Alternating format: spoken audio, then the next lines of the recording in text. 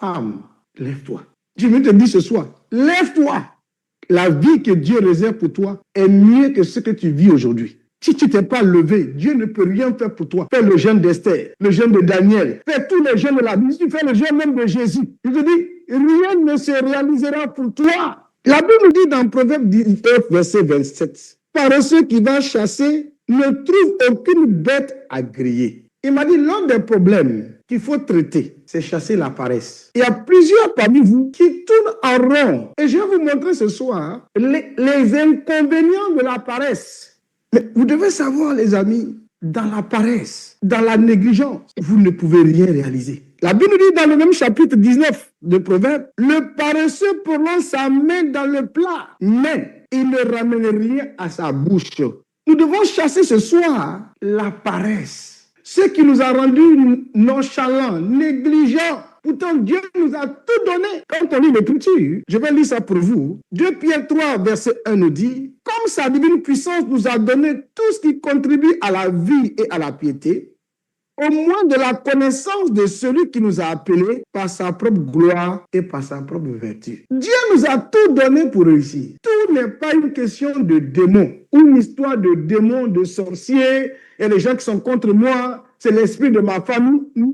Dans ma famille, tout le monde est comme ça. Non. La Bible nous dit que sa divine puissance nous a donné tout ce qu'il faut pour réussir. Lorsqu'on est paresseux, le paresseux, c'est quelqu'un qui aime le beurre qu'il voit chez les autres. Tout ce qu'il voit chez les autres, il veut. Mais lui, il n'a jamais quelque chose. Ce que la Bible nous dit d'un paresseux. La Bible dit que le paresseux, ou une paresseuse, elle parle beaucoup. Elle a des grands projets, mais elle ne réalise rien. La Bible nous révèle que la personne qui commence un travail et qui ne finit jamais est un paresseux. Le ménage que tu commences à faire, ça peut prendre toute une semaine, toute une journée. Pourtant, tu as plus à faire que le ménage que tu fais chez toi. Est-ce que je parle à quelqu'un? Tu as plus à faire que ce que tu fais au quotidien. Cuisiner, t'occuper de tes enfants. Il y a tellement de choses à faire. Parce que nous sommes appelés à racheter le temps.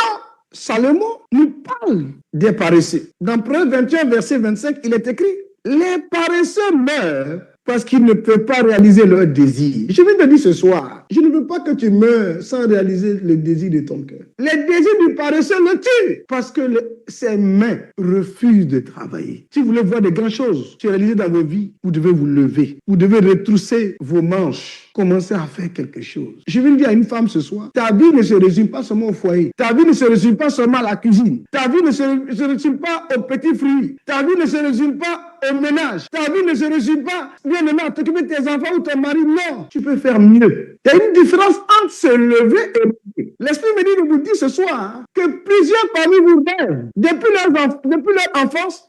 Elles sont dans les rêves, mais elles ne sont jamais levées pour réaliser. C'est quand on se lève qu'on réalise. C'est quand on se lève qu'on accomplit. C'est quand on se lève qu'on impacte. C'est quand on se lève, bien aimé, on influence. C'est quand on se lève qu'on laisse une histoire. La Bible dit que les paresseux meurent sans réaliser les désirs de leur cœur. Lorsque, bien aimé, vous êtes mal accompagné, vous fréquentez des gens qui ne font que rêver dans leur vie, mais qui n'ont jamais réalisé quelque chose dans leur vie, vous allez finir par rêver sans réaliser quelque chose. Dieu ne nous a pas seulement appelés à rêver. Dieu nous a appelés à réaliser. Dieu nous a appelés à entreprendre. Dieu nous a appelés à construire. C'est pourquoi pour nous aider à reconnaître notre propre paresse et à nous repentir, Dieu va nous révéler les comportements et les caractéristiques d'un paresseux. La première caractéristique d'un paresseux, le paresseux n'entreprend rien. On dit un paresseux n'entreprend rien. Donc toutes les fois que tu es assise, ou peut-être que tu es assis, vous n'entreprenez rien, il y a un esprit en vous qu'il faut chasser qu'on appelle la paresse. C'est ton ennemi. La paresse est ton ennemi. La paresse est votre ennemi. Le paresseux a du mal à prendre des initiatives. La paresse en toi, ton ennemi que tu cherches là, ce n'est ni ta famille, ce n'est ni tes tantes, ce n'est ni tes oncles, ce n'est ni qui que ce soit. Je viens te dire ce soir que ton ennemi vit avec toi. On l'appelle la paresse. Lisons ensemble.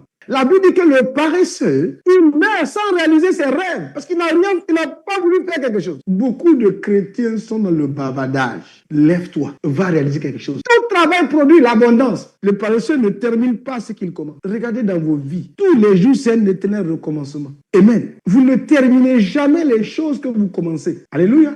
Vous ne terminez jamais les choses que vous commencez. Beaucoup ont des moins. Les choses que vous commencez. Tu as commencé combien de business? Tu as commencé combien de choses dans ta vie, mais qui n'ont jamais abouti? Ce que tu as commencé n'a même pas abouti. Tu veux faire encore quelque chose. Une caractéristique des paresseux. Le paresseux n'affronte pas les choses difficiles. Tout ce qui est difficile, le paresseux ne veut pas. Il veut les choses faciles. Parce que le paresseux refuse également d'affronter les tâches difficiles pour dissimuler sa paresse.